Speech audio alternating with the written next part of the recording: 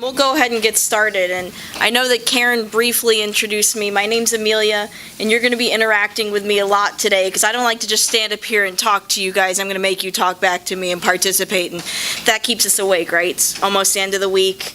We're all we're ready for the weekend. So we'll work together and try and go through these activities together. So let me tell you just kind of a little bit about what we're going to talk to you guys about. But it's going to be really interactive, and we're going to do some activities together to get you guys going. So we're going to talk about self-advocacy. Who here's heard that term before? You have? Good, I'm going to lean on you. So when we get to that point, I'm going to ask you what you've heard, and maybe if you guys have some ideas just by the sounds of it, what is a self-advocate? Circles of support. You heard Dr. Milton over there bring that term up. We're going to say that term a lot, and we're going to talk about the people around you and what are good people in your circle of support. What are people that we should be a little careful about having in our circles of support, okay? We're going to talk about abuse, neglect, and exploitation. And let me be just completely open. I really wish that I had someone come and give me this presentation when I was around your age, and nobody guessed my age because it's my birthday next Friday and I'm kind of panicking. So when I was around your age, I wish that someone came and talked to me about this because this is really useful for anyone who's hitting around this age point. Because just for full disclosure, the good Dr. Milton over there, he's my dad, so don't say anything too bad because he's sitting right there and he'll hear you. It's not true. We just happen to have the same name. Nobody says that. I don't understand. And we're going to talk about rights a little bit later, your legal status, and what does developing abilities mean.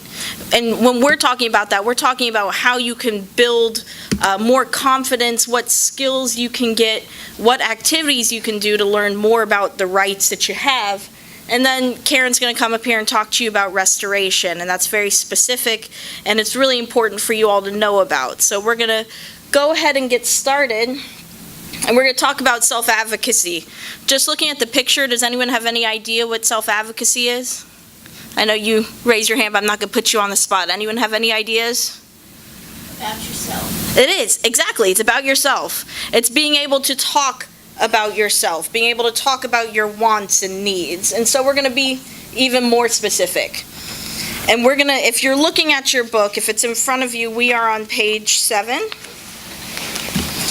So if you guys want to go ahead and flip over there.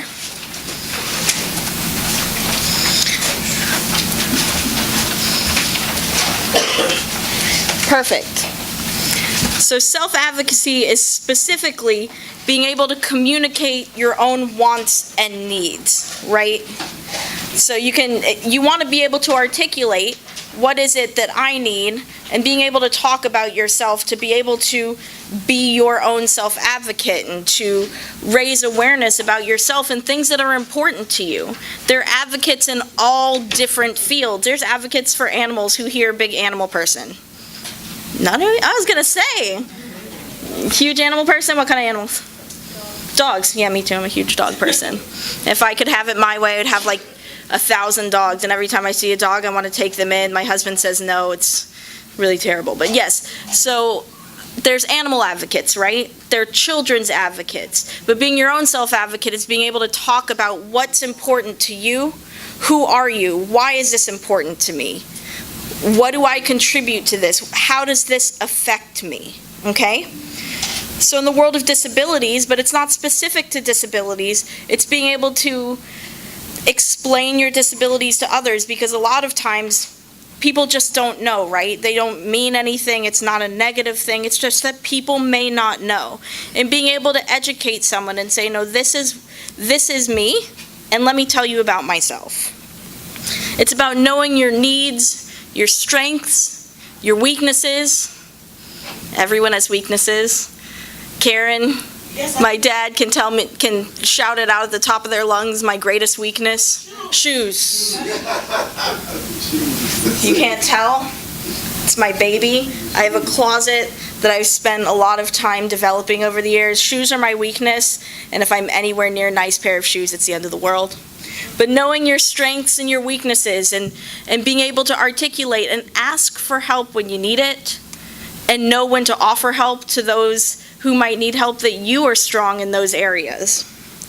It's knowing your rights and responsibilities. Someone over here said responsibilities, right? Being adult definitely carries a lot of responsibilities. We are responsible now for our actions and for our choices. And every day is a series of lots of different choices that lead us down lots of different paths. So having the knowledge and being able to say, you know what, I need help in this area, and there is not a person that I've met so far who makes decisions entirely by themselves.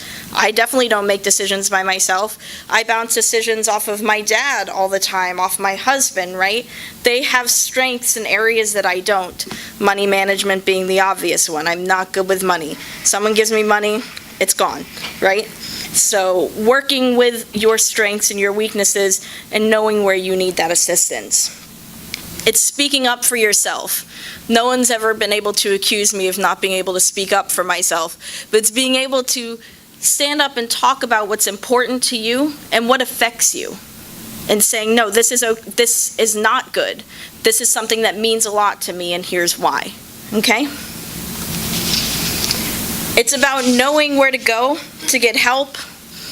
If you have a question, for me, if it's related to money, I might go ask my bank.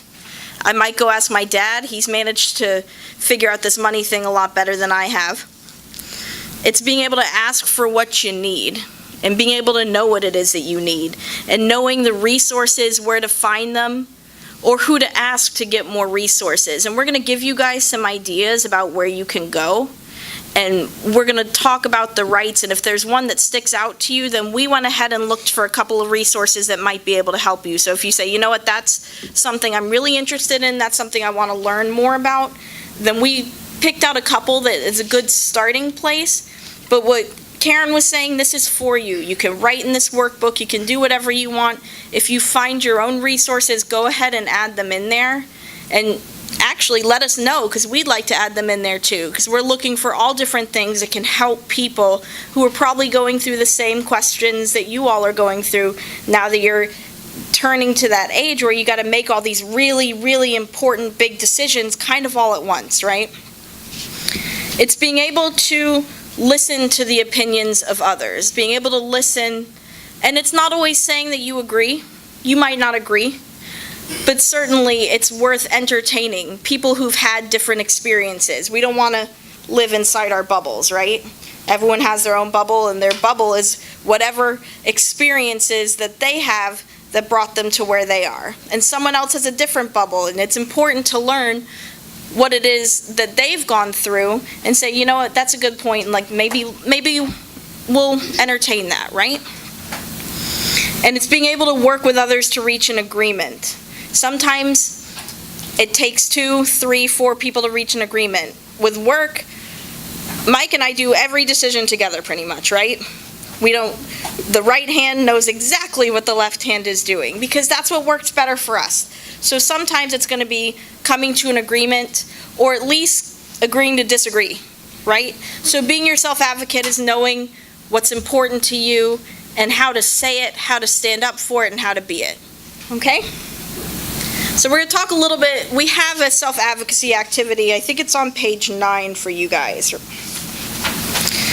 And we're just going to take a really basic problem that we see a lot in schools, right? Bullying. Do you guys know anyone who's been bullied?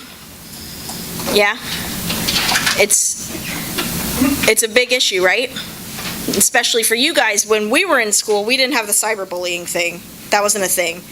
We had 3-way phone calls. That was kind of that's where it maxed out. We didn't have internet and computer and all that kind of good stuff. So we're going to talk a little bit about this, and then I want you guys to kind of talk this out loud with me, because I know one answer, but you guys probably have better ones.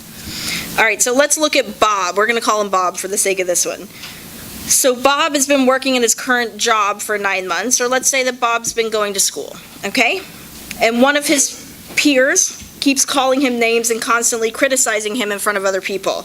He's not sure how to handle the situation. What's the issue? Yeah, he's getting bullied, right? Why is it important? Anybody? Oh, I'll stand up here all day. I'm going to get you guys to participate and talk. Why is it important? Don't be scared. You get a whole afternoon with me, and I will definitely get it out of you. Why is it important? Bob's getting bullied. It's hurting Bob's feelings. Yeah, it's hurting his feelings. It's not right, right? You put yourself in that situation. You don't want to be in his position, right? What are his experiences? What are the things he's feeling? Harassment? Sad? Scared? Yeah, a lot of times scared. Embarrassed? Probably, right? Yeah. And what can he do? You guys got any ideas what he can do? Tell the teacher. Tell a teacher, absolutely. You can tell a teacher. What else can he do? Not nice with her. What else can he do other than tell a teacher? Anybody? He can stand up for himself safely, right? But he can stand up for himself. Now, what I will tell you is what we just did is an activity. What you guys just did is answer a bunch of questions about self-advocacy, right? What's the issue? Let's pick a different issue. Let's say animal rights, right? We love dogs. I'm going to use you for this one. We love dogs, right? So what's the issue? There's a bunch of dogs out there who need homes, okay? Right?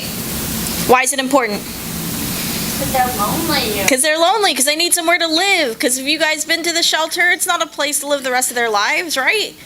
In a happy home with toys and people like me who treat them like children and put clothes on them and dress them up and take them out places. Treat them like a baby. What are your experiences? What are my experiences? I go there, they're lovable. You want to take them everywhere. They have little spas. You can paint their nails now and everything.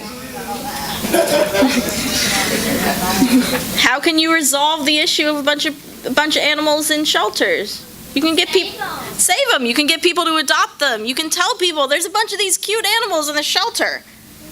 What are you doing? You have a dog, or you only have 2 dogs. So I've been trying to tell my dad, he only has 2 dogs. He has at least room for another 12, right? And what we just did was talk about an issue that's really important, right? An important issue to me, at least. And find out a way to articulate it, a way to say it. So whenever there's an issue that pops up that's important to you, think about these questions, and it'll help you talk about it to other people. Why is it important to me? What is the issue? What experiences do I have with that issue? And what can you do to help? What can I do to help? Why am I telling you about this, right? Why are we up here? So when we talk about self-advocates, that's what we're looking at. And we're going to do some more activities later. But think about some of the issues that are important to you.